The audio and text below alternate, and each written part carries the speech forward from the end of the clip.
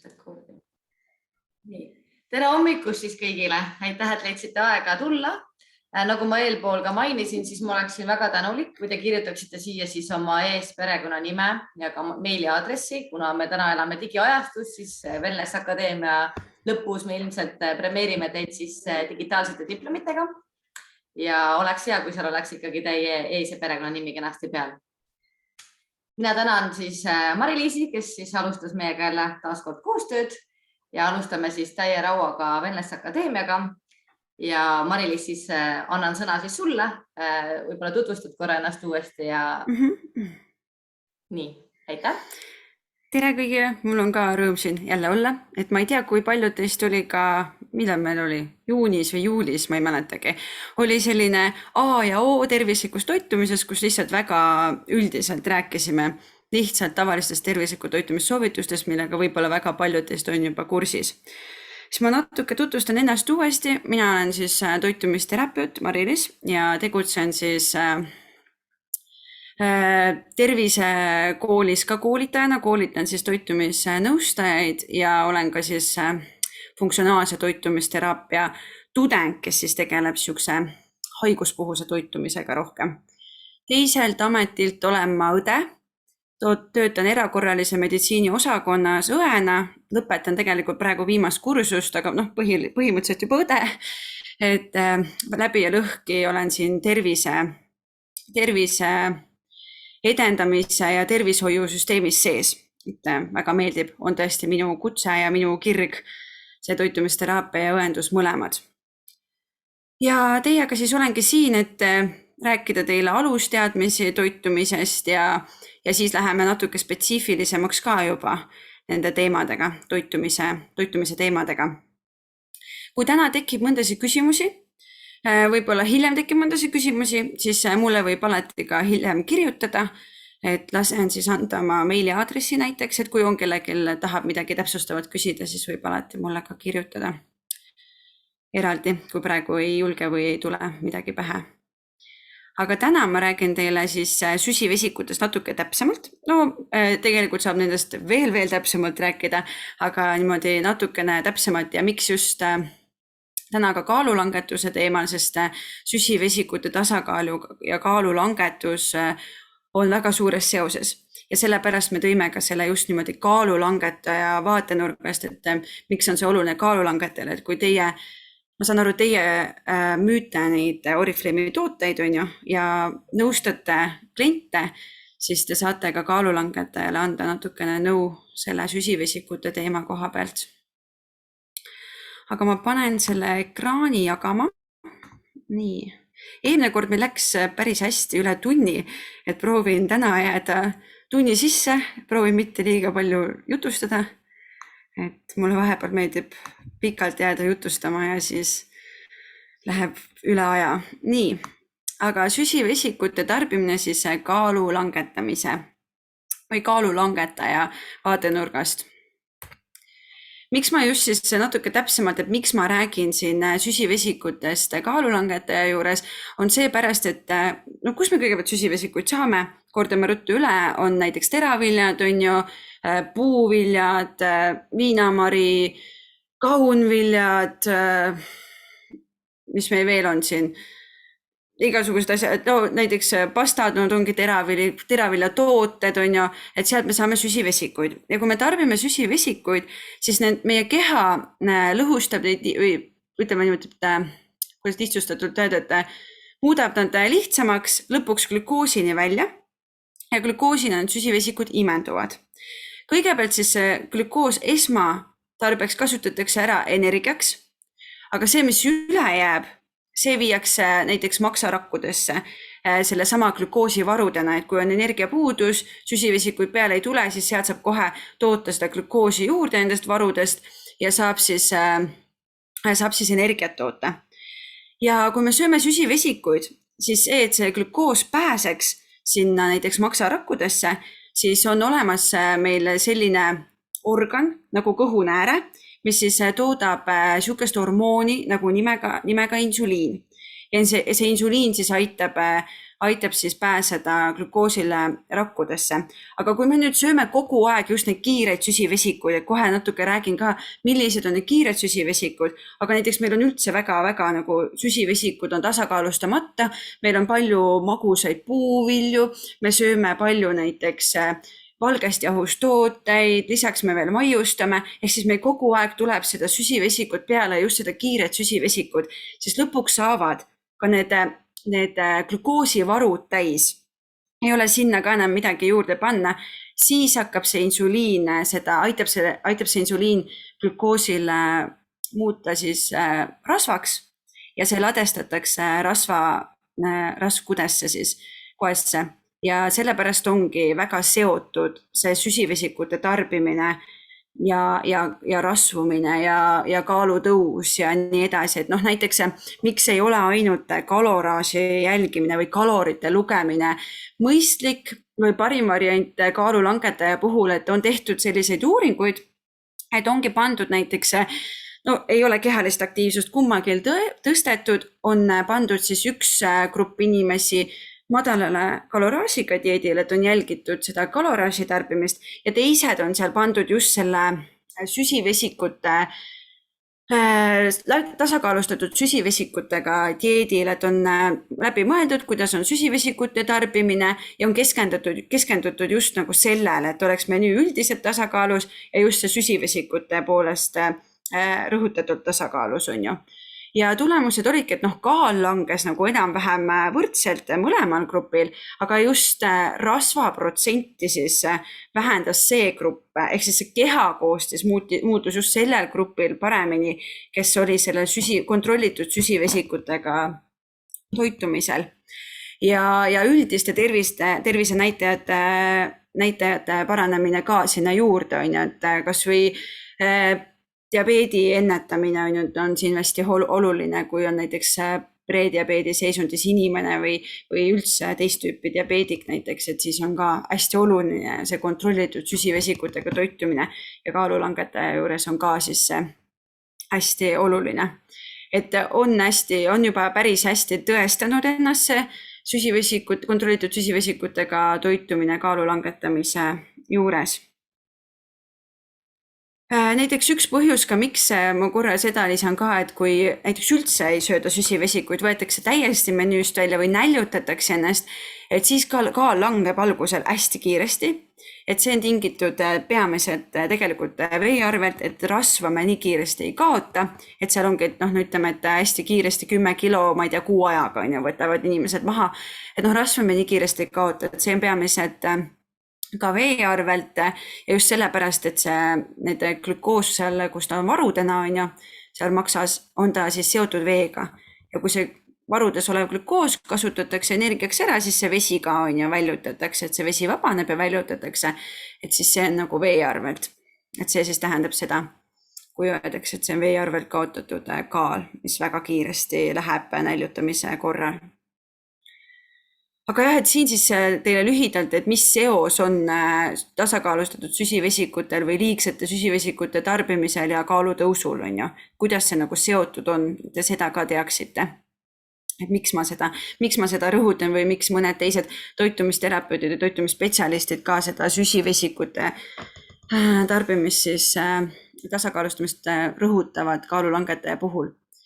Aga natukene ka erinevatest süsivesikutest. Et hästi lihtsalt, et kuidas nad ehituselt jaotatakse, on lihtsad süsivesikud või lihtsüsivesikud, mis imenduvad, glükoos, ta imendub praktiliselt kohe, teda ei ole vaja seal veel lõhkuda lahti, et ta imenduks, vaid ta imendubki glükoosina. Fruktoos on selles mõttes, ta ka on lihtsüsivesik, aga teda peab maksas ennem glükoosiks muutma. Sellepärast ka liigne fruktoosi tarbimine on maksale väga suur koormus, et sellepärast ei ole ka mõistlik nüüd jätta näiteks lauasuhkur täitsa menüüst välja, see tavaline valge suhkur ja siis võtta menüüsse hoopis fruktoos selle asemel, et tarbidagi fruktoosi, et siis see maksale päris suur koormus, sellepärast, et see on vaja maksas glükoosiks muuta, ennem kui see imendub. Teised on siis liitsüsivesikud, mis koosnevad mitmetest nendest lihtsüsivesikutest ja ennem kui nad imenduvad, on nad vaja siis katki teha meie kehas. ja natukene aeglasemalt siis imenduvad. Ja jaotatakse ka selle järgi, kuidas nad imenduvad, ehk siis nagu füsioloogia järgi, et ongi kiiresti imenduvad süsivesikud, siis ongi näiteks glükoos, siis siia saabki tuua ka näiteks viinamarjad on ju tegelikult imenduvad hästi kiiresti, rafineeritud tooted, et nad imenduvad kiiresti, neid ei ole vaja väga palju enam selle katki teha, ma korra istusin natuke halvasti, et ei ole vaja seal enam rohkem neid katki teha väga palju ja imenduvad üsna kiiresti ja sellepärast tõuseb ka meie see veresuhkru tase, ehk siis ongi see glükoos, millest ma esimene slaid rääkisin, et see veresuhkru tase või veresuhkur ongi tegelikult see glükoos meie nagu veres. Ja meie veresuhkru tase tõuseb siis kiiresti ja langeb ka kiiresti, kui me palju sööme neid kiiresti imenduvaid süsivesikuid. Ja kui me kogu aeg sööme, siis lõpuks ladestataksegi see meil rasv koesse, on ju. Ja sellele kõikumisele, mida ma tegelikult just esimene loeng ka natukene mainisin, see veresuhkru kõikumine, kui süüa palju kiireid süsivesikuid, et tõuseb glükoositase ruttu, sest see glükoos saadakse kiiresti kätte, ta imendub kiiresti ja vabaneb palju siis insuliini ja ta viiakse ka ruttu siis alla.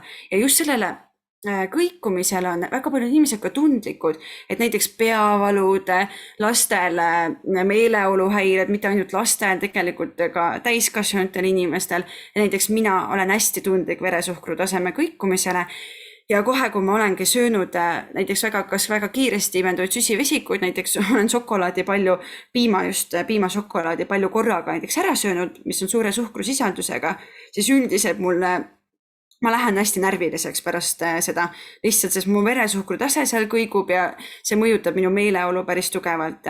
Siis migreenikutel näiteks on väga mõned, mitte ma ei ütle kõigil, aga väga palju on leitud seost just peavalude ja selle veresuhkru taseme kõikumisega.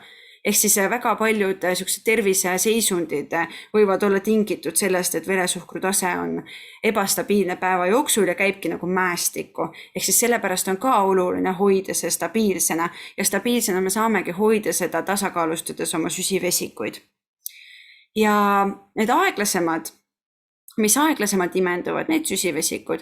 Et näiteks nad ongi kiudainete rikkad täisteraviljad, on ju, kiudainete rikkamad hapumad puuviljad, samuti siin ka on see, kui kombineerida, näiteks ma näitan ka kohe teile, kuidas kombineerida neid menüüs, neid süsivesikuid erinevate toitudega. Aga siis, kui me tarbime näiteks täisteravilju, nad on kiudainete rikkamad, juba see raskendab nagu seda glükoosi, see on nii-öelda, et seda nagu lagundada glükoosiks, et see raskendab seda teha, siis kehal lähebki natuke kauem sellega aega, glükoos imendub aeglasemalt, ei tõuse nii järsku, nii kõrgele ja langeb ka stabiilsemalt. Ehk siis meil ei ole seda mäestikku, vaid meil läheb nagu ühtlaselt see tõus ja langus, et seda on oluline saavutada. Ja seda me saavutamegi, kui me sööme rohkem aeglasemaid süsivesikuid, me tasakaalustame kiireid süsivesikuid siis näiteks valkudega ja teine asi on kas see tegelikult regulaarne söömine. Ehk siis meil ei lähe toidukorrad üle 4 tunni, need vahed on 5-6 toidukorda päevas, on ju, ja toidukord siis on ju tähendab seda, et kõik, mis ma suhu panen, on tegelikult ju toidukord. Et kui ma räägin näiteks oma klientidele ja ütlen, et sööge 5-6 toidukorda päevas, siis vahepeal nad ehmatavad ära, et mis mõttes. Nad arvavad, et nad peavad sööma 5-6 korda seda praadi, seda põhitoidukorda, aga ei, et see tähendab ka see õun, mis ta vahepeal suhu paneb, ent praegu on ju meil enda aia õuna hooaeg ja see õun ka, mis ta suhu paneb, on ju toidukord. Ehk siis kõik see 5-6 toidukord ongi kõik see, mis sa sööd ja see jagunebki siis, ma kordan lihtsalt siin kohe siis üle, et hommikusöök, lõunasöök, õhtusöök, sinna vahele siis jäävad vahepalad, on ju, et selle hommiku ja lõuna vahele, õhtu ja lõuna vahele ja mõni soovib ka siis ööoodet, on ju, süüa, et jääb üks vahepala.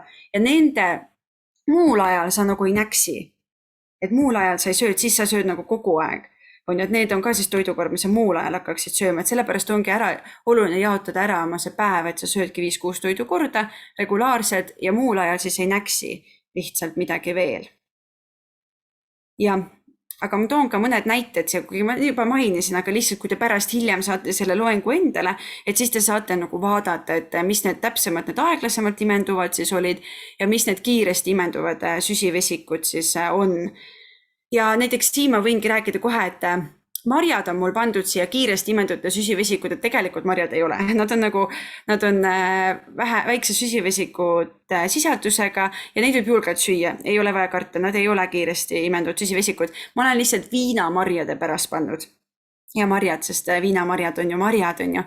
Ja viinamarjad ise on väga kiiresti imenduvad. Nad on üsna kiiresti tõstavad meie veresuhkru taset, see koormus on päris suur sellele ja näiteks kaalulangetaja 5 viinamarja maksimaalselt korraga, et näiteks viinamarjad on sellised asjad, mida eakad armastavad, et ma ju söön küll puuvilju, ostan ja söön viinamarju ja söövad näiteks karbi viinamarju korraga ära. Et nende kohta öeldakse ka diabeedikute surm niimoodi hästi karmilt öeldes, sest nad mõjutavad veresuhkru taset väga palju.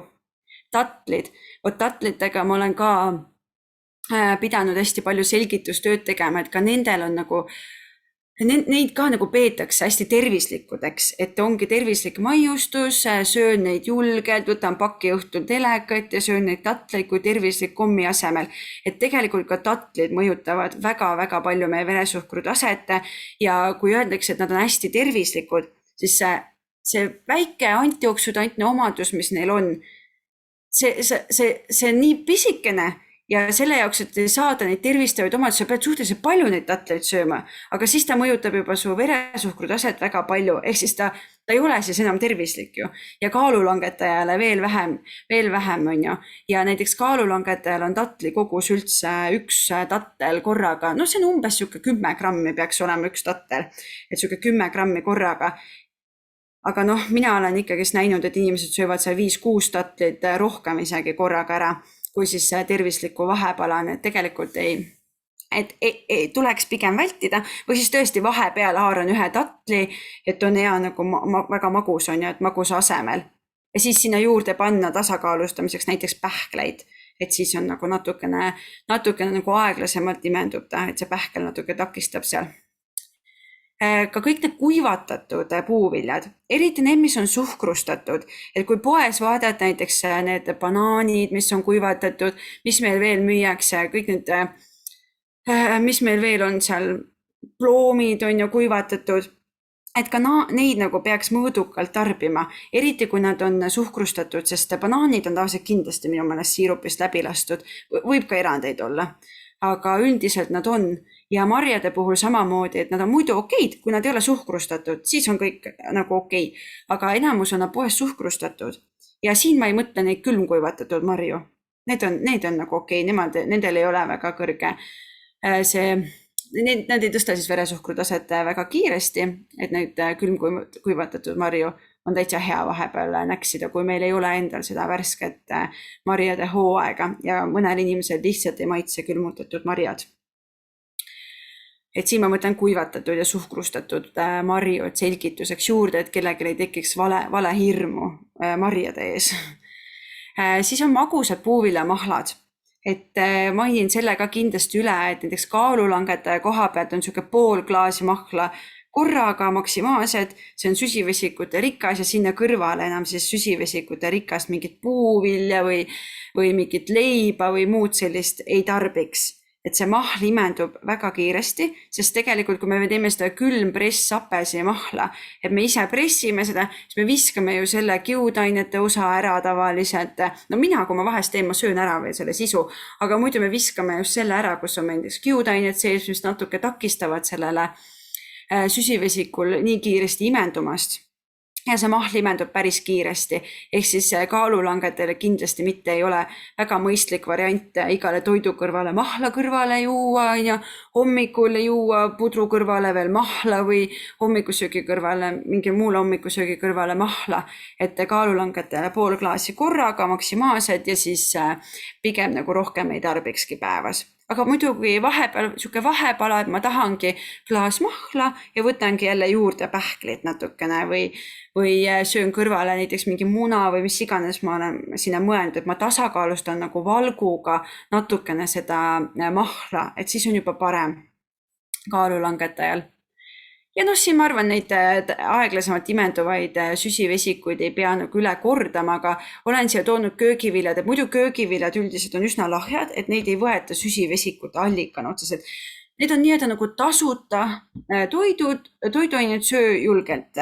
Ainult mõned üksikud, ma kohe näitan ka ühte tabelit, mõned köögiviljad on tärkliserikkamad ja süsivesikute rikkamad ja kaalulangetaja puhul peab nende koguseid natuke jälgima, aga enamus köögiviljad on meil nii-öelda tasuta köögiviljad ja võib julgelt süüa. Kaunviljad on aeglasti imenduvad, neid võiks oma menüüsse tuua ja need inimesed, kes ei ole harjunud kaunvilju sööma, nendel võib esialgu olla ebameeldiv, gaasid võivad tekkida, on ju, aga aja jooksul see paraneb, et meil tekib meie see soolestikus olevad bakterid, need mitmekesistuvad, aitavad nende kaunviljade gaasidega nii-öelda toime tulla, et ei teki neid gaase enam niimoodi aja jooksul, aga võiks alustada nende kaunviljade tarbimisega hoopis näiteks määretest, et tehagi kikerinestest hummust või mina teen valgetest ubadest teen nii-öelda ürdivõid, erinevate maitseürtidega ja purustan ära siis need valged, need suured võijoad öeldakse ka nende kohta, et nendest teen näiteks, et väga-väga hea, et alustadki nendest määretest näiteks natukene, et harjutad ennast sööma kaunvilju. Niimoodi vaikselt võiks nende kaunviljadega alustada siis, kui ei ole harjunud neid väga sööma. Ja kui me söömegi siis pigem neid aeglasemalt süsivesikuid, siis kord neil üle, et meil on päeva jooksul siis energiavoog on nagu stabiilsem. Et ka näiteks, kui on mingid tähelepanuhäired või ongi mingid käitumisprobleemid näiteks või keskendumisraskused, et siis võiks ka selle üle vaadata, et äkki see süsivesikute tasakaal on nagu täitsa paigast ära seal menüüs. Et praegu on, kui kool ka uuesti hakkas, et ja on probleeme sellega, siis võiks selle ka üle vaadata. Mul on see nimed siin ees. Nii, ma korra natuke lühidalt ka kiudainetest, et kui ma siin erinevaid süsivesikuid tutvustan, siis ka kiudaine on süsivesik, aga ta ei ole meil nagu energeetilise väärtusega. Aga see ei tähenda, et oleks nii-öelda mõttetu, et tal on väga palju muid tervist tugevdavaid omadusi. Meie keha ise ei suuda neid lagundada, nii nagu teisi süsivesikuid, ehk siis ongi ta ei anna meile energiat lõppkokkuvõttes, aga ta on toiduks meie sooles olevatele bakteritele. Ja need sooles olevad bakterid on väga tugevalt seotud meie tervisega. Väga paljude erinevate terviseseisunditega on leitud seoseid soolebakterite ja näiteks ongi tasakaalust väljas soolebakterid ja mingi kehva terviseseisund, et on leidnud seoseid. Sellepärast on hästi oluline anda neile süüa, nendele headele soolebakteritele just on toiduks need kiudaineid, et hoida oma menüü kiudainete rikas. Aga kui te jälgite seda, et teil on menüüs aeglaselt imenduvad süsivesikud, täisteraviljad, siis hapumad puuviljad, marjad, köögiviljad, tegelikult ka siin ma olen pannud pähklid ja seemned, sest need on ka, näiteks linaseemned on hästi kiudainete rikkad ja mandlid ja niimoodi, et neis on ka nagu hästi kiudaineid. Et võib-olla muidu ei mõtleks pähklite peale niimoodi, et nad on kiudainete rikkamad, sest üldiselt mõeldakse nendest kui toidurasvade allikatest on ju. Ja praegu ma küll toidurasvadest ei räägi, aga mainin siia juurde, et see pähklite tarbimine eelmine kord ma minu meelest sellest rääkisin, kui palju võiks olla, et päevas 20 pähklit kuni 40 pähklit on täitsa okei grammides. On täitsa okei ja võikski vähemalt 20 pähklit võiks päevas olla, et vahepalade juurde, et pähkleid ei ole vaja karta, ka väga tervislikud ja siit ka näha, et sisaldavad ka kiudainid, just nagu nende see koore osa seal. Üldse ka köögiviljade puhul on see, et ei tasu neid kõiki kogu aeg ära ka koorida, sest ka need kiudained ju peituvad peamiselt seal koore all on ja koore sees on ka palju toitaineid, et ei ole vaja üleliia palju neid ka pidevalt koorida. Aga muidu kiudained selles mõttes, et lisaks sellele, et nad toetavad meie seda soolebaktereid ja siis need head soolebakterid toodavad ühendeid, mis kaitsevad meie soolestikku. siis nad toetavad ka seedimist. Nad ju paksendavad nii-öelda seda soolestiku sisu seal, aitavad sellele välja minna, on ju, aitavad kaasa meile regulaarsele siis roojamisele, et meil ainevahetus toimiks normaalselt, on ju. Ja tänu sellele, kui meil on kõht korras, kõht käib ilusasti läbi, siis ka erinevad toksiinid, mis seal väljaheites on, puutuvad vähem aega kokku meie sooleseinaga seal, et aitab ennetada ka näiteks siis seal soole vähkkasvajate teket ja nii edasi, kui meil on kiudainete rikas toit. Muidugi siin ma mainin kohe ära, et kui on tegemist, kui teil on mõni lähedane või kes iganes, kellel on soolehaigused, näiteks mingid põletikulised soolehaigused, ärritunud soolesündroom, siis siin ei ole kiudained, just on pigem nagu no. Et siin on eraldi dieedid, mida tehakse sellistel puhkudel ja kiudained pigem võivad võimendada nagu seda seede raskusi siis. Ehk siis ärge seedehaigustega tuttavatele ja lähedastele kiudaineid soovitage, et parandab seedimist, on ju. See on pigem tervetele inimestele, kellel on kõhukinnisus, hemoroidid, näiteks on ju, et siis on kiudainete rikas toit ja kui on ka kolesterooli kõrge kolesterooli tase, et siis on samamoodi, et kui kõht käib korralikult läbi, siis ta aitab seda, et see kolesterool ei imendu tagasi soolestikust meil vereringesse, vaid ta väljutatakse, on ju. Et ka kõrge kolesterooliga vaadata, et oleks kiudainete rikas menüü. Ja muidugi seda ma juba mainisin, on ju, et veresuhkrutaset aitab siis meile kontrollida, on ju, et siis on ka kui meil on kiudainete rikas toit, siis see süsivesik imendub aeglasemalt ja aitab siis seda veresuhkrutaset hoida kontrolli all. Ja muidugi ka sellele, et ta paksendab seda soole sisu seal ja reguleerib seda kõhu läbikäimist, siis ta aitab ka luua täiskõhutunde. Ehk siis kui meil on kiudainete rikas toidukord, meil on seal köögivilju, täisteravilja, siis meil ei lähe ka kõht nii kiiresti tühjaks pärast. Et aga kui on väga kiirete süsivesikute rikas toidukord, näiteks meil ongi seal hommikupudruga on tuua kõige parem näide. Kui on näiteks hommikupuder, kus peal on ka, ütleme, et ongi riisipuder tehtud, ka väga kiire süsivesik tegelikult ja valge riisipuder ja peale on veel pandud siuke hea ports moosi, siis ta ongi praktiliselt ainult süsivesik, on ju, mingi suhkruga moos veel ja imendub üsna kiiresti, seega kõht tegelikult läheb kiiresti jälle tühjaks tagasi, on ju, et kui sinna hoopis panna, okei, las see riisipuder olla, kui riisipuder väga maitseb, panna sinna peale hoopis näiteks võisilm või pähkleid või seemneid või teha ise moos ka, ja tahaks moosid, teha siis ise moos, on ju, madalama suhkrusisaldusega, aga lisada ikkagist juurde ka valku, näiteks seemnetega. Mina neid seemneid pudrule soovitan, sest need on kõige lihtsam lisada juurde, sa lihtsalt puistad peale neid, on ju. Ja pudrul võisilm on ka väga hea, et kes on harjunud, siis see ei ole üldse ebatervislik, vaid pigem ongi tark tegu, sa tasakaalustad selle süsivesiku seal ära, paned võisilma peale, on ju. Vot.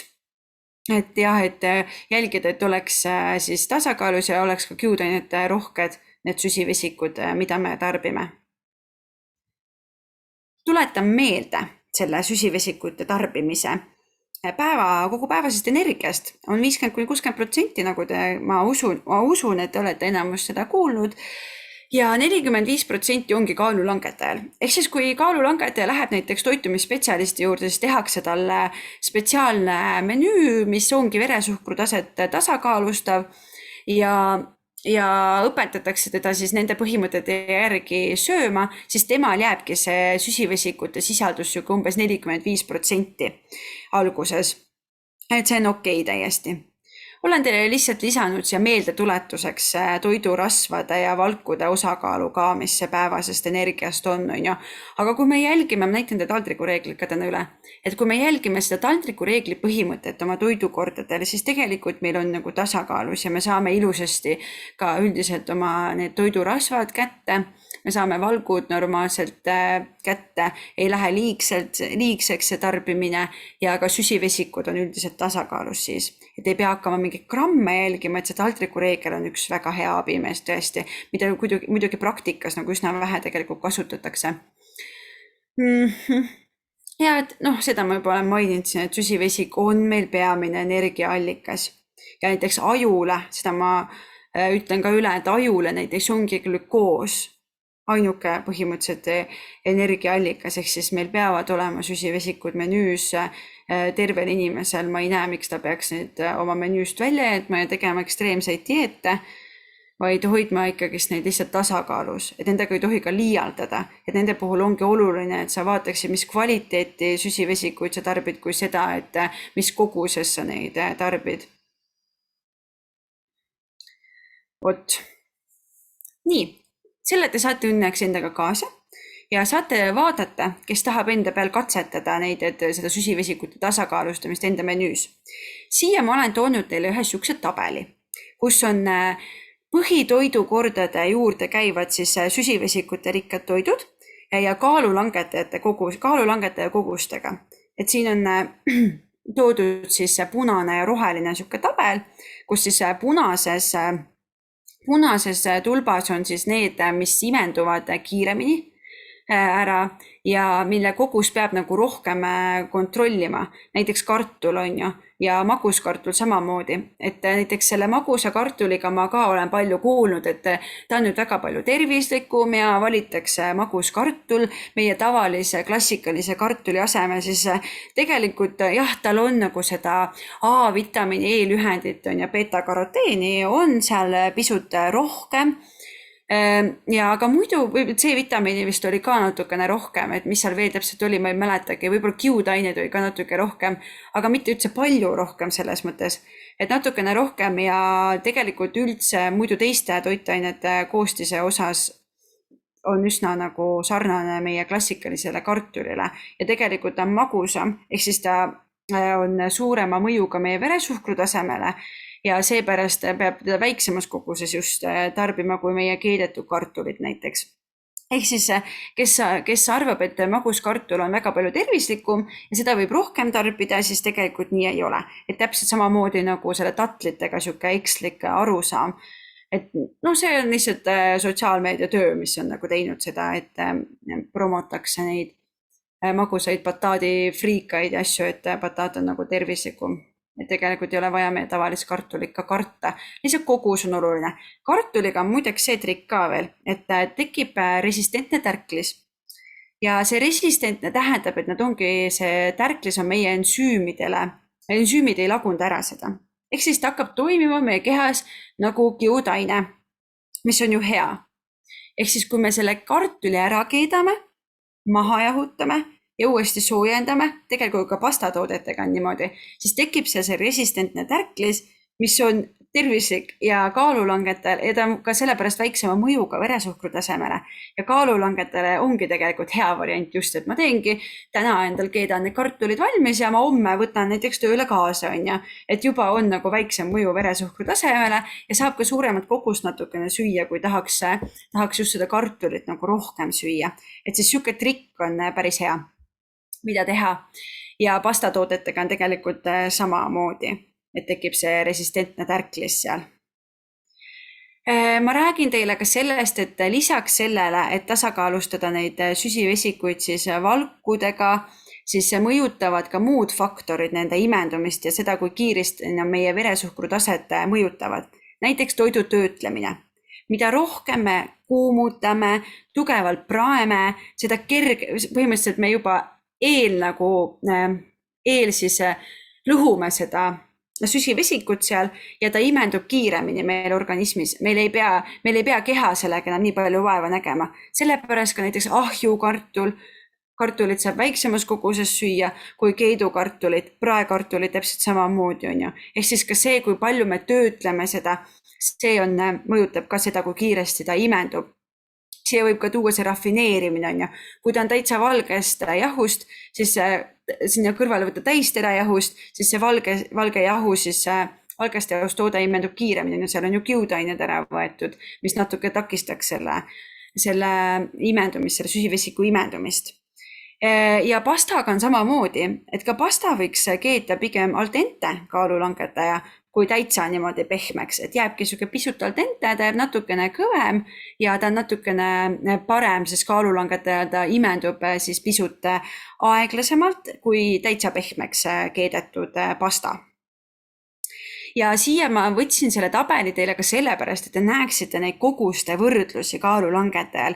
Et on hästi huvitav, et kui ma tahan näiteks süüa, muidu olen harjunud sööma valget riisi, aga mulle maitsevad ka tatar ja quinoa ja mulle meeldib süüa kogustest nagu natukene rohkem, siis ma näengi, et ma saan tatart süüa 5 supilusikatäit keedetuna, need on kõik keedetud kogused, keedetuna, aga samas ma seda valget riisi saan ainult 1,5 on ju supilusikatäit, et meeletult suured vahed, et mõlemad on süsivesikud, et inimene, kes ei ole võib-olla mõelnud selle süsivesikute tasakaalustamise peale see, kuidas ta mõjutab meie veresuhkrutaset ja kuidas see on seotud meie kaaluga, siis see inimene võib-olla ei mõtleks, et ka nendel peavad olema erinevad kogused. Tema jaoks olekski võib-olla, et ahah, aga riis on süsivesik, tatar on süsivesik, ma panen seda mõlemad samas koguses, et vahet ei ole, on ju, tegelikult on küll täitsa erinev mõju on ju meie kehas, see, kuidas ta imendub.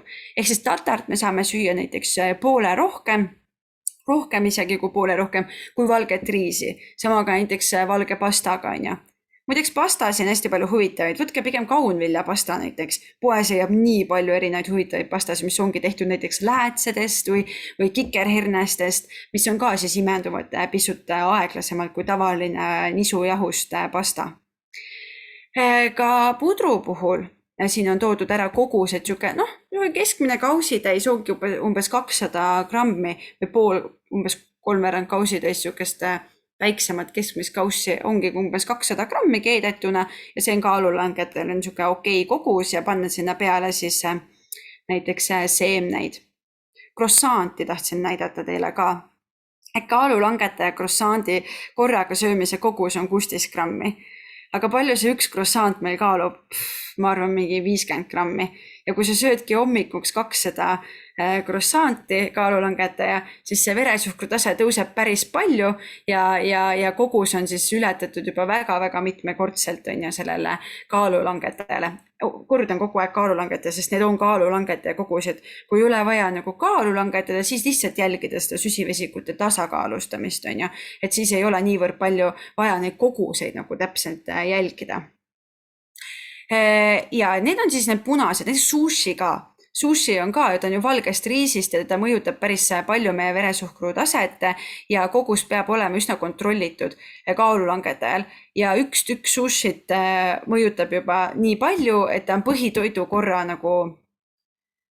korrale nagu siuke maksimum kogus, et kui me kaalulangetaja me nüüd teeme toitumisspetsialistina, siis meil on selline süsteem nagu glükeemiline koormust me jälgime, et see näitabki seda, et kui kiiresti see süsivesik mõjutab meie veresuhkru taset ja kui kiiresti ta langeb, et on glükeemiline koormus ja ongi eraldi siis toitumisviis, kus on ka eraldi tabel, mis näitab nagu kui suur glükeemiline koormus selle toiduainel on ja me jaotame kaalulangetajal selle ära nagu päeva peale, et energiavoog oleks on ju ühtlane, kaal hakkaks langema, et see ei tohi jääda see glükeemilise koormuse päeva lõikes, mis on lubatud on ja koormus, ei tohi jääda ühele toidu korrale. Ma lihtsalt seda natuke räägin praegu juurde, et miks ma olen toonud see mingid kogused põhitoidu kõrvale. Põhitoidu kõrvale süsivesiku kogused ongi sellepärast, et seal dieedis nagu jälgitakse seda, et näiteks kokku on punktide süsteem, et kokku võib olla näiteks kaalulangetajal 45 päeva jooksul, põhitoidukord siis on ju 10 ja vahepalad 5 ja see üks sushi annab meile 10 juba ära, on ju. Aga kui ma söön siin 8 tükki ära, mul on 80 ja ma olen ületanud selle punkti summa juba kaalulangetaja päevasest kogusest, ehk siis sellepärast ongi need kogused siia juurde toodud. Et nad on võetud ühe Inglismaa ülikooli uuringu järgi, kui ma praegu ei eksi, oli minust Inglismaa. Kas oli Austraalia või oli Inglismaa? Ma praegu peast ei mäleta, kumb see oli. Aga seal uuriti siis erinevate toiduainete seda mõju veresuhkru tasemele. Selle järgi on siis võetud sellised keskmised ja selle järgi on tulnud ka need kogused siia. On ju, nagu väike selline tagatausta selgitus teile, kus need kogused nagu tulnud on.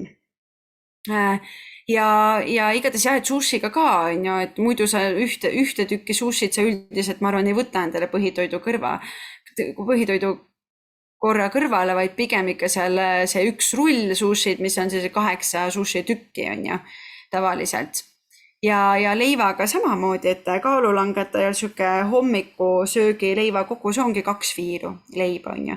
Ja siis oledki sa selle süsivesiku täis saanud enda hommikusöögis, et sinna juurde ei võtaks siis enam klaas apelsinimahla, ei sööks enam sinna mingit puuvilja juurde, vaid sul oledki selle 2 leivaga selle kaalulangetaja süsivesiku koguse hommikusöögis kätte saanud. Sama ka selle põhitoidu kõrval, et kui ma olen võtnud selle 5 suppilusikatäis tatart, siis ma olengi saanud selle põhitoidu korra süsivesikute koguse kätte, ma ei võta sinna juurde enam puuvilja, ma ei võta sinna juurde enam mahla, ma ei võta sinna juurde enam muud süsivesikute rikast toitu. Näiteks toidukohtades on hästi tihti see, et võetakse praad, seal on kartul, kaste, salat näiteks on ju, ja võetakse veel leib kõrvale. Ei, see kartul on mul juba see süsivesik seal, ma ei võta enam sinna juurde seda leiba, on ju. Et seda nagu jätta endale meelde, et kui on süsivesik olemas, siis rohkem enam juurde süsivesiku rikast toitu ei võta. Siis läheb juba see tasakaal nagu paigast ära. Muidu, nagu ma juba mainisin, on köögiviljad, nii-öelda tasuta köögiviljad, mida vesisem, seda väiksem süsivesikute sisaldus on, et näiteks kurki, brokolit, idud, seller, spargel, neid sööge julgelt nii palju kui jaksate ja kui tahategi peale toidukorda süüa veel, siis pigem võtkegi just neid tasuta köögivilju juurde. Tehke sparglit endale, aurutatud spargel soolaga, nii hea. Tehke brokolit aurutage, tehke ahjuse neid tasuta köögivilju, et saate neid nagu pigem juurde võtta, kui see, et võetakse kartulit juurde. Lehtsalatid kõik on ju, kapsad samamoodi, et kõik sellised vähem magusad köögiviljad on nii-öelda tasuta köögiviljad, mida võib julgelt tarbida. Ongi kaalulangetajale mõned üksikud köögiviljad siin, millel on nagu mingid kogused määratud, mis on siis natuke kõrgema süsivesiku sisaldusega, et pastinaak on üsna nagu tärklise rikas on ju ja samamoodi ka peet on nagu hästi magus, et nad on kõrge süsivesiku sisaldusega, et nendel on nagu pandud kogused põhitoidu kõrvale, aga üldiselt me ju ei võtagi niimoodi, et meil on seal peeti 250 grammi või rohkem, võtan 500 grammi peeti kõrvale, et üldiselt inimene ei võtna, et see on tal salatina ja tal ongi seal võib-olla 50 kuni maksimaalselt 100 grammi, et väga nagu neid koguseid ei ületata. Pigem ongi just need tavalised kartulid ja riisid ja neid nagu võetakse hästi palju. Ka müsli on kaalulangetajal ainult siin üksikud supilusikatäied on ju siuke normaalne kogus hommikusöögile. Ja kuidas seda siis rikastada, sest üldiselt ma tahaks ikka valada ju sinna kaussi nagu normaalselt seda müslit on ja võtta piima või jogurtit peale, aga pannagi siis juurde näiteks marju. Et praegu ka külmutatud marjad on väga head, kui nad lasta külmkappi see eelmine päev ära sulada, et paned eelmine õhtu külmkappi ja siis lisad pärast sinna kaussi ja paned jogurtit ja siis natuke seda müslit. Et tegelikult väga hea hommikusöök ja need marjad siis annavad seda massi. Et kui lihtsalt võib-olla võtta see 2 suppilusikatäit müslit ja panna jogurt peale, siis tundub kuidagi kurvavõitu, et natuke vähe tundub olevat seda. Aga täiendada siis nende marjadega, et marjad on väiksema süsivesikute sisaldusega ja nemad siis on okei sinna juurde lisada. Sellele müslile, et puuvili jällegi, magus puuvili, siis läheb jälle lõhki, on ju, et mul on ju süsivesik olemas juba seal. Et kui ma puuvilja ka lisan, et siis nagu läheb jälle lõhki. Et saab nagu müslit niimoodi siis täiendada, et oleks seda massi juures. Ka võileibadega, et kui oled harjunud sööma hommikus 4 võileiba, aga on vaja kaalu langetada, siis lisada 2 võileivale teha esiteks võileib rikkalik, panna lehtsalatit, tomatit, kurki, paprikaviile, on ju, juustuviil peale, teha mingi kaumilja määrdega näiteks, et annab ka seda toiteväärtust juurde. Ja saab väga toitvad võileivad, et teha toitvam võileib, siis on ka see 2 tegelikult isegi okei. Või panna kõrvale mingi toorsalat. Miks mitte teha kõrval on väga hea või lõigata viilud, paprikaviilud või purgiviilud või midagi sellist kõrvale, et oleks seda nagu massi natukene ka juures, et kui on harjutud sööma nagu massi toidu korral, siis köögiviljadega saab päris hästi täita seda. Ja kellel on natukene mingid seedeprobleemid, isegi kergemad seedeprobleemid, et siis kõik need nagu brokolid ja kapsed asjad, et need pigem nagu kergelt läbi aurutada, on ju, et siis on natukene kergem neid seedida. Et kui ei ole harjunud niimoodi rikastama oma toite kogu aeg nende köögiviljadega, et siis võib-olla esialgu vajavad nad pisut töötlemist ennem, et saaks nagu neid probleemideta seedida. kellel on gaasidega näiteks probleemid.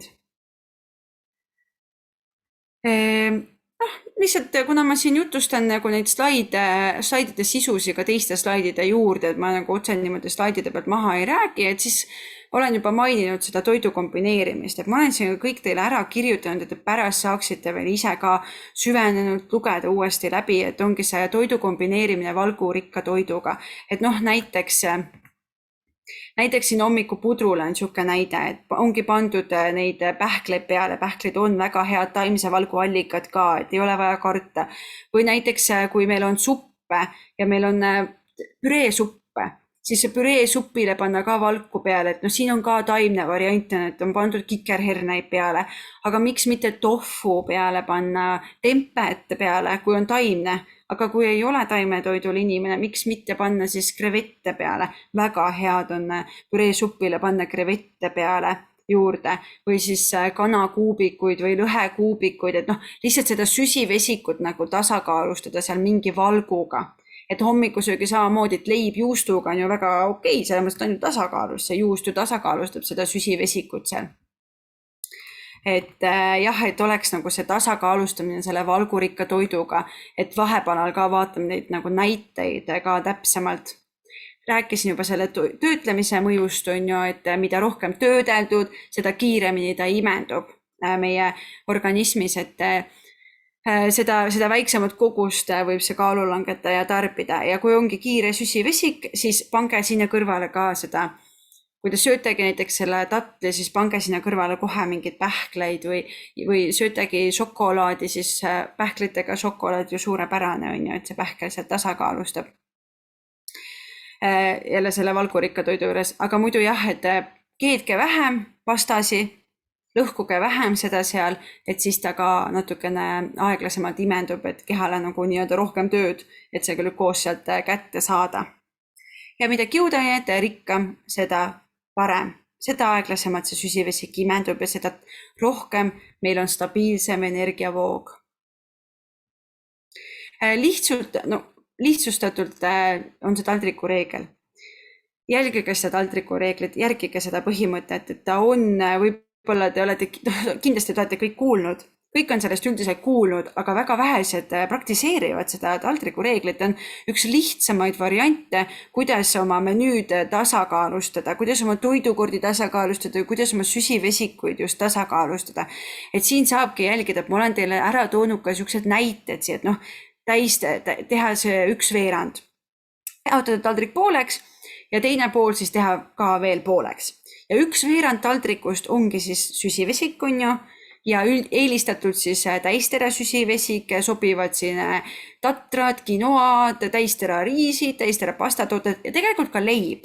Et näiteks supi puhul ongi, et kui me supi puhul püreesuppi, siis mis on tehtud bataadist, kõrvitsast, porgandist, ainult süsivesikust on ju, võiksime tasakaalustada seal valgulisandiga, et paneme peale krevette või liha või kaunvilju või tofut on ju, või näiteks kreemistame selle püreesuppi hoopis jogurtiga, et panemegi sisse jogurtit või paneme sisse mingit taimset jogurtit, kui on taimetoidul olev inimene või püreestame seda kala näiteks sinna sisse on ju, et me nagu tasakaalustame seda bataati ja kõrvitsat seal, et kõrvitsahooaeg praegu tulemas või mis tulemas praegu ongi kõrvitsahooaeg, kõrvitsasupi hooaeg on praegu, et siis ärge tehke lihtsalt kõrvitsasuppi, vaid tasakaalustage see ära ka seal, see süsivesik valgulisandiga. Lisage pähkleid ja seemneid peale, nii hea minu meelest seemnetega need püreesupid. Nüüd on selge supp. Kui on selge supp, näiteks kanasupp köögiviljadega, siis ka seal ei ole vaja seda süsivesikut selles mõttes tasakaalustada, et mul oleks seda seal kuidagi palju, et mul on vaja see ära tasakaalustada, siia vaja just juurde lisada. Sest kui ma üldse süsivesikut toidukorrale ei lisa, siis samamoodi mul läheb veresuhkru tase ju paigast ära, et ta langeb lihtsalt nii palju ja näiteks sellele ka, kui veresuhkru tase on väga madal, ta ei pea olema selles mõttes alla normi, alla selle kliinilise normi on ju, mis muidu on, et ta ei pea olema alla selle, aga kui ta on seal väga madal, siis samamoodi tekivad sümptomid, peavalud, väsimus, ei ole jõudu, meeleoluhäired, on ju, kõht tahaks süüa ja mis sisu meil siis tuleb, kui meil on veresuhkru tase madal ja meil ei ole eelmises toidukorras olnud üldse süsivesikuid, magusa isu, sest ega keha ei ole loll, ta oskab küsida just kiireid süsivesikuid, et saada ruttu tõsta seda veresuhkru taset ja üldiselt siis me haaramegi käe mõne maiustuse, saiakese, koogikese järgi, on ju. Et tasakaalustage ka see selge supp ära. Pange sinna kõrvale 2 leivaviilu, suke kõige klassikalisem, 1-2 leivaviilu näiteks kõrvale, on ju, selle selgele supile. Kui on armastatud magustoitu süüa supi kõrvale, siis tegelikult on see ju tasakaalustamine olnud sellele supile. Et lihtsalt magustoidu puhul ka vaadata siis mingid paremad variandid, mingid köögiviljadega, näiteks koogid, väga head. Ma pärast näitan neid tervisliku maiustamise sükseid variante, et net on retsepte täis, mingid suvikõrvitsa koogid ja oabraunid ja et saab nagu seda suppi tasakaalustada ka tervislike maiustustega. Et kui ma räägin, et peavad olema süsivesikud tasakaalus, nende kogustega ei tohi liialdada, see ei tohi neid ka ära jätta toidukorrast, on ju. Et see on ka oluline, et nad oleks igal toidukorral olemas. Nii kõik peab olema igal toidukorral tagatud, nii süsivesikud, toidurasvad kui valgud. Et sellepärast see taldriku reegel ongi suurepärane. Et selle järgi me saamegi vaadata, et meil teine veerand, meil on see süsivesik paigas, on ju. Olen seal valinud selle, mis mulle meeldib, näiteks et nimekirjas, mis iganes ma armastan süüa. Ma olen sinna kõrvale pannud ja teine veerand siis ongi mul valguline. Mingi muna, kala, liha, taimne tofu, mingid soja hakklihad, et panna see sinna kõrvale teiseks veerandiks, mingi valguline. Ja ülejäänud pool ongi siis köögivilja. Selle ka tegelikult meie soovitame teha veel pooleks, et sul ongi üks on aurutatud näiteks ja teine on värske toorsalat juures. Et tõesti seda taldriku reeglit võtke rakendusse oma menüüdes ja te saate ilma igasuguste, et ei pea liigselt mõtlema, liigselt kaaluma, mitte midagi ei pea, et tegelikult üldiselt ei ole vaja toidukordi kaaluda, et sa igat oma toiduainet, mis te sinna toidukorda lisate, et kaalute üle, et oleks ikka õige kogus. Et ei ole vaja, see ei ole inimlik, me ei ole mitte kunagi seda teinud, on ju, et esiteks on ta lisastressi tekkida. Et sellepärast see taldriku reegel ongi siuke väga hea abimees siin. Ja siia siis peamiselt just need tasuta köögiviljad on ja lähevad, et mitte need väga tärkliserikkad köögiviljad.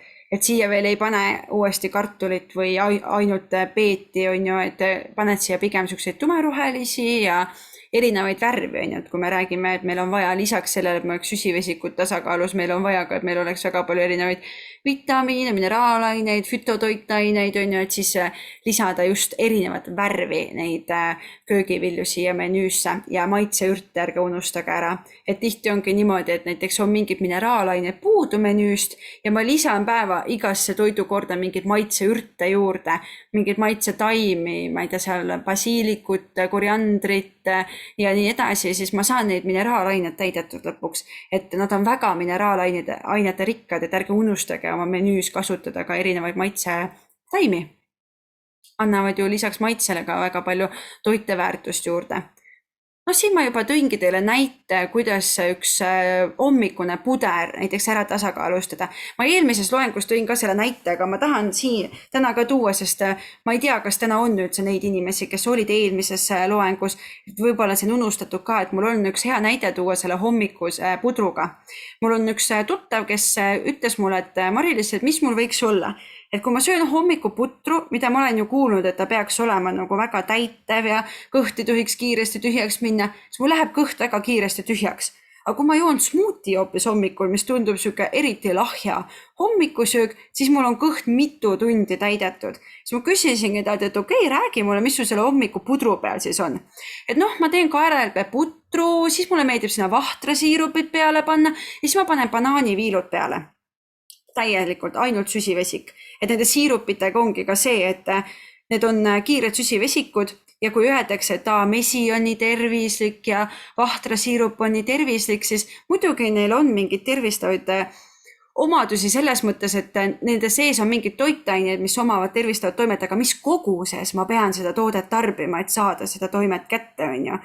Et sellepärast, kui ma lisan nüüd sinna pudrule hunnikus seda vahtrasiirupit, siis pigem ta ei ole nagu tervislik enam, on ju. Et sellepärast nendesse siirupitesse suhtuda ka rohkem kui lihtsalt suhkrusse, et neid ka väga mõõdukalt tarbida, mitte liigselt palju. Ja messi täpselt samamoodi, et on ka ikkagi suhkur. Ja ta panigi jah siis sinna vahtrasiirupit üsna palju ja pani banaani ja kui ma küsisin talt, et okei, et aga mis sa siis smuutisse paned? Smuutisse ta pani köögivilja, ta pani banaani, ta pani jogurtit ja ta pani ka linaseemneid või oli siiaseemned, no igatahes mingid seemned olid sees. Ehk siis tal olid seal kõik olemas, süsivesikud, valgud, rasvad, mis pudrul puudusid. Sellepärast oligi tal nii, et pudru, mis peaks muidu täitma, tegi kõhu väga kiiresti jälle tühjaks, sest see oli ainult praktiliselt süsivesik, see imendus väga kiiresti. Aga smuuti puhul läks pisut rohkem aega, kõht oli kauem täis, sest lihtsalt seal olid rohkem tasakaalus need toitained omavahel. Et selline näide nagu elust enesest, et see pudru teema on üsna klassikaline, et need banaaniviilud seal peal koos siirupi ja moosiga, et ei ole kõige parem variant, et pigem ongi, tehke ise siis moos või kasutage vähese suhkrusisaldusega moosi ja pange sinna juurde kindlasti mingit valguallikat või noh, kui vaata, praegu on popp, fitnessmaastikul on popp praegu teha neid pudrusid munavalgega. No ta ei ole nagu selles mõttes ju halb, et nad tasakaalustavad seda pudru seal selle valguga, on ju, et näiteks sealt tuleb siuke näide ja panna veel sinna mingid seemned peale ja pähklivõi on väga hea pudru peale, et saab jälle tasakaalustada selle pudru ära, on ju, et lisada sinna pähklivõid peale. Omleti puhul, ma nüüd ei tea, kas ma seda omletti näitasin, vist ei näidanud praegu veel, et selle omleti puhul ma sama näide, mis selle supi puhul tahtsin tuua, et siin kui me teeme näiteks köögivilja lisandiga omleti, siis siin ei ole see, et mul oleks juba seal väga süsivesikurikkad toidud, et oleks vaja neid tasakaalustada, vaid siin on jälle see teema, et mul puudub tegelikult süsivesik siin toidu korras, et mul on vaja lisada see süsivesik juurde. Ja väga hästi sobibki näiteks leivaviilud kõrvale jälle, ta on lihtsalt kõige kiirem, aga sa võid ka teha kaunvilja, näiteks praedu hoopis ube kõrvale sibula ja küüslauguga ja mingite ürtidega, et siuke natukene teistmoodi, natuke pikem mingi pühapäeva hommikusöök. Ka pannkookide tasakaalustamine, kui rääkida pühapäeva hommikusöögist, et võib-olla mitte ainult moosi sinna peale panna, vaid lisada ka mingid seemneid juurde või lisada näiteks niimoodi, et pisut moosi, pisut pähklivõid, et sa tasakaalustad ka selle pannkoogi ära. Ja ka neid pannkooke tegelikult saab teha ju paremate jahudega kui tavaline valge nisujahu, et näiteks mina teen kikerhernejahust, mulle väga maitsevad, tehakse mandlijahust, on väga head. Et siis mandlijahust tehes on madalama süsivesiku sisaldusega see pannkook on ja et mandel on ise, ei ole ju süsivesikute rikas, vaid toidurasvarikas, et kui mandlijahust teha pannkooke, et siis võib natuke rohkem seda moosi sinna peale panna.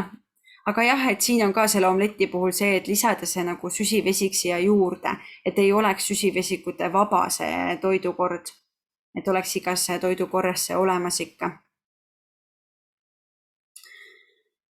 Sellest ma juba rääkisin, on ju siin see supi tasakaalustamine, et saate, et jääb teile meelde siuke spikker siia, et lihtsalt ma tahtsin seda püreesuppi näidet teile sisse tuua, sest praegu on see püreesuppide hooaeg ja seda ma hästi palju lihtsalt näen, et need kõrvitsasuppid on hästi tasakaalustamata ja just kaalulangetajad armastavad näiteks teha neid püreesuppe sellel eesmärgil, et nad on lahjad, siis tegelikult teevad endale mõnes mõttes nagu karuteenet, et lisada pigem sinna juurde siis mingit valku, et saab juba palju paremaks selle püreesupi tasakaalu mõttes ja kindlasti maitsele ka annab juurde.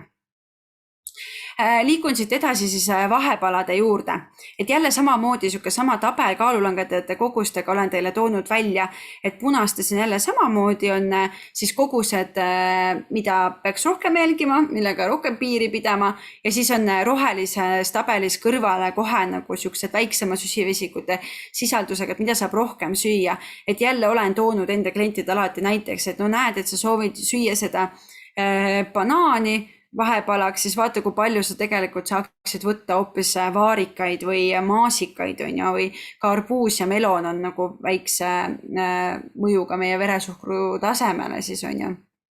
Et siuksed võrdlused lihtsalt, et kes armastab näiteks süüagi rosinaid, on ju, ainult 10 grammi rosinaid saab kaalulangetaja korraga süüa, et see vist on umbes 6 rosinat või niimoodi. kuskil sinna kanti jääb see. Samas ta võikski võtta hoopis mingit melonit või virsikut ja ta saab juba nagu palju rohkem süüa, et nagu see kogus on palju nagu suurem. Ja banaaniga on ka see, et jah, et kaalulangetajal vahepalaks on sihuke ainult pool kogust korraga, et ei ole niimoodi, et 1-2 banaani vahepalaks, kuna ta on puuvili, et kuna ta mõjutab ikkagist üsna palju meie veresuhkrutaset ja juba rääkisime, mis seos sellel on kaaluga, et seda tuleb jälgida ja seda tuleb tasakaalustada kaalulangetaja puhul.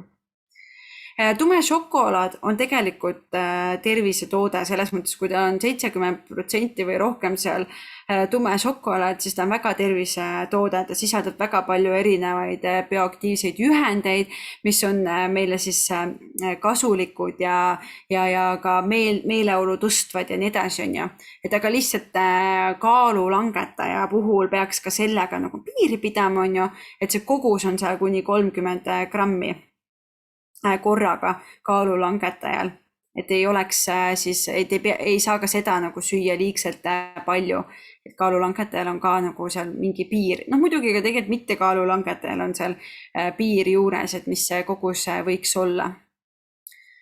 Ja siirupites ka, ma olen siia kirjutanud ka erinevus, mis üldse, natuke räägin ka sellest, et miks on nüüd see mõni puuvili suurema mõjuga veresuhkru tasemele ja mõni on siis madalamad, see ongi tegelikult glükoosi ja fruktoosi sisaldus. Et need puuviljad, mis on kõrgema fruktoosi sisaldusega, näiteks ongi õun, et nendel on väiksem mõju veresuhkru tasemele, sest keha peab kõigepealt minema muutma selle fruktoosi glükoosiks on ju, aga näiteks siia kõrvale võttagi viinamari või võtta mango, kus on rohkem siis just seda glükoosi, ehk siis ta imendub kiiremini, et seda fruktoosi on vähem, mis on vaja glükoosiks muuta kõigepealt. Ehk siis sealt tulebki see erinevus, et miks mõned puuviljad on magusamad ja miks mõned puuviljad imenduvad kiiremini, millest see süsivesik imendub kiiremini kui teistes. Et kiivis on ka rohkem just nagu fruktoosi, et kiivit võib ka siis see kaalulangetaja rohkem süüa, samamoodi ka näiteks siin virsikutes ja marjades on ju. Marjad üldse on madalama süsivesiku sisaldusega. Ka siirupitel on vahe, et kui armastatakse neid siirupeid tarbida, siis pigem vahepeal natukene võib-olla seda agaavisiirupit, et tal on ka nagu fruktoosi sisaldus on pigem kõrgem kui vahtrasiirupil ja teda võib natukene rohkem tarbida kaalulangetaja kui seda vahtrasiirupit, et ta mõju on nagu veresuhkru tasemele väiksem. Et ma ei mäletagi, seal olid vahtrasiirupit või kaalulangetaja korraga siuke 1 supirusika täis, see ongi umbes seal 10-12 grammi, aga agaavisiirupit siis siuke 3 supirusika täit. Et lihtsalt vaadake, jälgige poes seda silte, et oleks nagu päriselt ka see agaavisiirup, et vahepeal nad teevad mingi teise siirupiga seda segamini, et kui ta on väga-väga odav, et siis peaks kriitiliselt vaatama, kas tegemist on ikka agaavisiirupiga. Jah, ja mee tarbimiskogus on kaalulangetajatel näiteks 10 grammi, et kui kaalulangetaja armastab väga teed juua või kohvi juua või maiustabki meega, siis tegelikult teeb endale karuteene, kui paneb nagu suhkru asemel hoopis seal rohkem isegi koguselt mett sisse, et ei ole see parem variant talle. Ja ongi siin toodud siis kaalulangetajale selliseid näiteid, et kuidas vahepalasid tasakaalustada. Näiteks õunale panna juurde pähklivõid, väga maitsev, väga lihtne kaasa haarata ja tasakaalustatud, et ongi õun on siis see süsivesikurikas ja pähklivõi siis on valgu ja ka toidurasva allikas, et siis tasakaalustab seda õuna seal.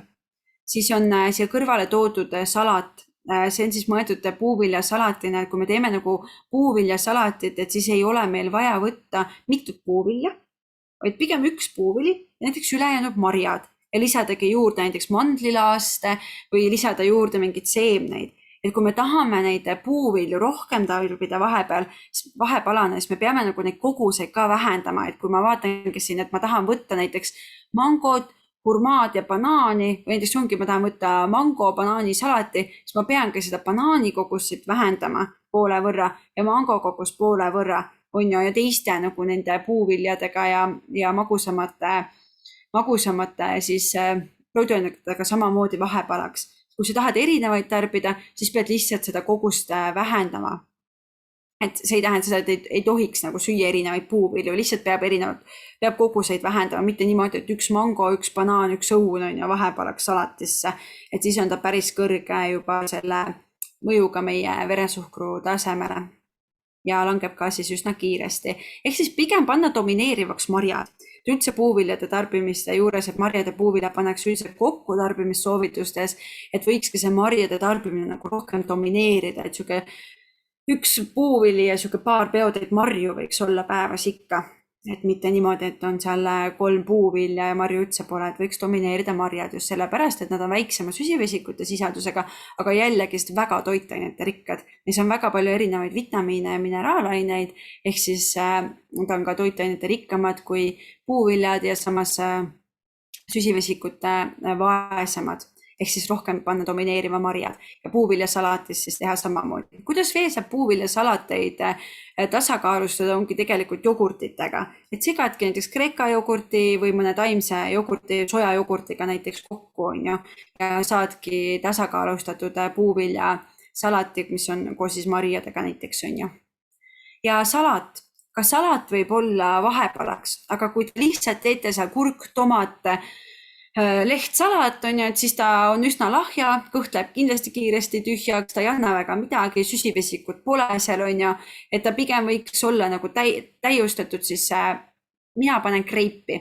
Minu üks lemmikuid vahepallasalateid ongi rukkola, kreip või granaatõun. Granaatõun sobib ka väga hästi, et ma panengi sinna mingit puuvilja juurde, et rukkola, kreip, natukene seal on neid väikesekujutatud tomateid, kurki ja saab väga hea vahepalasalati ja lisadagi sinna veel näiteks, kes armastab mereande, siis krevetid sobivad väga hästi juurde või lisadagi näiteks röstitud kikerherneid juurde, väga kiire lahendus on ja mida juurde panna või võtta üks muna, veel kiirem, üks keedumuna juurde, et ma teengi siukse vahepalaks endale toorsalati, lisan sinna süsivesikuna puuvilja, ma võtan ühe muna, keedumuna ka veel juurde, siis mul on tagatud seal kõik vajalikud makrotoitained on ju. Ja täiustan siis seda mikroväärtust sest erinevate mineraalaineid sisaldavate maitsejürtidega. Ja mis veel siis võiks, millega veel võib tasakaalustada, on tegelikult erinevad need kastmed, salatikastmed, et võib teha ka mõnest naturaalsest piimatootest, kes saab piimatooteid süüa, võib teha näiteks mingisuguse salatikastme, näiteks kodujuustust on ju teha, aga valida siis siuksed vähem rasvased piimatooted on ju, et teha nendest mingi salatikaste näiteks tilliga teha salatikaste juurde või kasutada õlisid. Ma võib-olla äkki siin salati juures ruttu räägin selle õlide asja ära, mis ma esimene loeng ka rääkisin, ma tuletan meelde, et õlide puhul on hästi hea, kui te kombineerite erinevate rasvhapete sisaldusega õlid, et näiteks kanepiseemneõli on hästi oomega-3 rikas, jällegi oliiviõli on hästi siis nende monoküllastumata rasvhapete rikas on ju, ja neid kokku panna näiteks, et natuke kanepiõli, natuke oliiviõli saab väga hea tervisliku siukse salatikastme, noh muidugi soola, pipart, seal basiilikud maitseks ka on ju,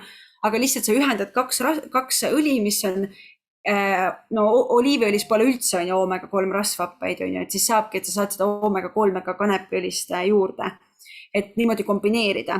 Milliseid õlisi väga ei soovita tarbida või siis neid kombineerida ka selle kanepiseemneõli või linaseemneõliga on näiteks need viinamarjaseemneõli ja päevalilleseemneõli, et see on sellepärast, et neist domineerib just see oomega-6 rasvhape. Oomega-6, aga kui meil läheb selle oomega-6 ja oomega-3 nagu omavaheline tase või tasakaal nagu paigast ära on ju, et siis see nagu soodustab põletiku teket meie kehas, et sellepärast ei olegi soovitatav kasutada ainult näiteks viinamarja seemneõli, sest tegelikult nende oomega-6 tarbimine ei ole meil probleemiks meie eestlaste toidulaual absoluutselt, pigem meil ei ole üldse seda oomega-3 on ju, et seda siis saabki nende õlidega näiteks lisada või lisadagi mingit kala või midagi. Või siis võtta toidulisandina, kui üldse ei ole menüüs oomega-3. Aga jah, et siukseid õlisi ka lisada salatitele ja saab ka jälle tasakaalustada seda süsivesikut ja saab siis ka seda nagu väärtust tervisele siis head omadust tõsta nagu selle salati puhul. vahepaladele. Tahtsin ka smuutidest kindlasti rääkida, sest smuutid on aina, korra vaatan, mis kell on. Olengi jälle üle jutustanud, ruttu. Smuutide puhul on ka see, et ma tahtsin seda üle rääkida, ruttusin, et smuutide tasakaalustamisest. Smuutid on väga populaarsed, nad on väga head toidud, mida teha, sest nendesse saab peita erinevaid köögivilju, erinevaid toitaineid, on ju. Nad on väga tervislikud. Aga lihtsalt nendel on ka vaja tasakaalustada, kui me teeme ainult puuvilja smuuti, meil ongi, ma tõin teile ühe näite siia, et on siis esimese smuuti tegin sellise, et mul oli banaan, mango, apelsin ja mahl oli põhjaks. Siuke klassikaline klassikaline smuuti võib-olla, mida kodudes tehakse, aga kaalulangetajale kindlasti mitte parim valik või üldse tegelikult tervist. Kui me tahame ennetada mingeid haigusi, siis ei ole kõige parem, sest veresuhkru taseme koha pealt ja neid mehhanisme on see väga tugevalt koormav. Seal on ju ainult süsivesik.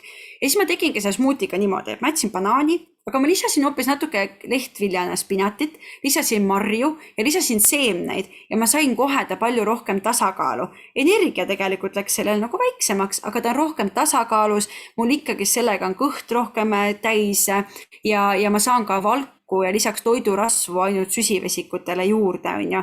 Et seega on oluline ka smuutide puhul, et ma olengi toonud teile siia välja siuke step by step, kuidas teha endale kodus ise neid tasakaalu smuutis, on ju. Et sa vaatadki, et sul oleks üks köögivili vähemalt, lisadki lehtvilja või lisad mingit muud köögivilja, on ju, ja oleks süsivesiku allikas. Kas siis üks puuvili või kui sa tahad puuvilja mitut panna, siis jälle vähendad neid koguseid, on ju, selle vahepala koguste järgi kaalulangetajal, lisad marju juurde, see mõttes puuvili on see süsivesikuallikas, marjad on täiendavad, on ju, maitset annavad ja annavad siis toiteväärtust. Ja hommikusmuutidesse sobivad ka täisteraviljad, näiteks kaerahelbed paned süsivesikuallikana. Siis on süsivesik olemas, rohkem mingit mahla või muud süsivesiku rikast asja ei pane, vaid lisadki endale toidurasvu juurde, näiteks seemnete, pähklite või nendest valmistatud võietega, teed mingi jogurti või keefiriga näiteks on ju selle smuuti põhjaks, smuuti panedki põhjaks jogurti ja smuuti põhjaks sobivad väga hästi ka tegelikult taimsed piimad. Ehk siis kasutage smuuti põhjadena pigem taimseid piimu kui mahlasid. Et siis ongi see, et te saate lisada nagu puuvilju ka juurde ja te ei pea, kui te panete mahla, siis see ongi süsivesikute rikas ja te ei saa enam sinna puuvilju lisada juurde. Et sellepärast on need taimsed piimad päris hea ja näiteks sojapiim ja siuke India pähklipiim, nad on ka hästi neutraalsed, nad ei anna väga mingit oma maitset juurde ja sobivad väga hästi smuuti põhjadeks. Ja kreemisust, kuidas anda, et olengi siin välja toonud lihtsalt, et banaan ja avokaado näiteks annavad väga head kreemisust. Panen nad mõlemad smuutisse, siis mul on juba tasakaalustatud see süsivesik seal toidurasvadega on ju ja et annab ka mõnusat kreemisust nagu smuutile juurde, et mitte ma ei pane mitu banaani, et saada seda kreemisust on ju. Ehk siis kui te pärast ise neid slaide vaatate, siis vaadake täpsemalt see step by step üle see smuutide nagu tegemine, sest see smuutide tegemist ma näen hästi tihti, kuidas tehakse ka ainult puuvilja smuutis on ju, et aga see ei ole tegelikult, täitsa nagu on küsimus tekkinud, et kas see on üldse tervislik. Me teeme seda ju tervislikuna, poesmuutid samamoodi on ju. Kas nad on tervislikud, kui nad on ainult puuvilja baasidel ja puuvilja mahla baasil tehtud on ju. Et küsige endalt seda ja vaadake, kuidas siis tasakaalustada neid smuutisi. Tahtsin hästi ruttu, kui tegelikult korra teile ka magusainetest ja suhkrualkoholidest kahe sõnaga rääkida, et ma lihtsalt näen hästi palju turul neid aspartami, atsetsulfaam K ja sukraloos on peamised, mis on meil pandud nagu erinevate kaalulangetaja toodetesse ja nii edasi. Et jah, nad on veel lubatud meie menüüs, aga kui me neid kogu aeg tarbime, igal toidukorral on meil mingi sellega rikastatud või sellega magustatud, mitte rikastatud, sellega magustatud toiduaine, siis päeva lõikes me saame juba täidetud selle, ületame juba selle ohutu annuse lõpuks on ju. Ja tegelikult vaidlused käivad kogu aeg nende üle, et kas nad on ikka tervislikud, aspartamiga on leidnud käitumisprobleeme, on leitud, et ta on ajutervist võib kahjustav olla on ju migreenikutele, pigem mitte, kes on tundlikud on ju.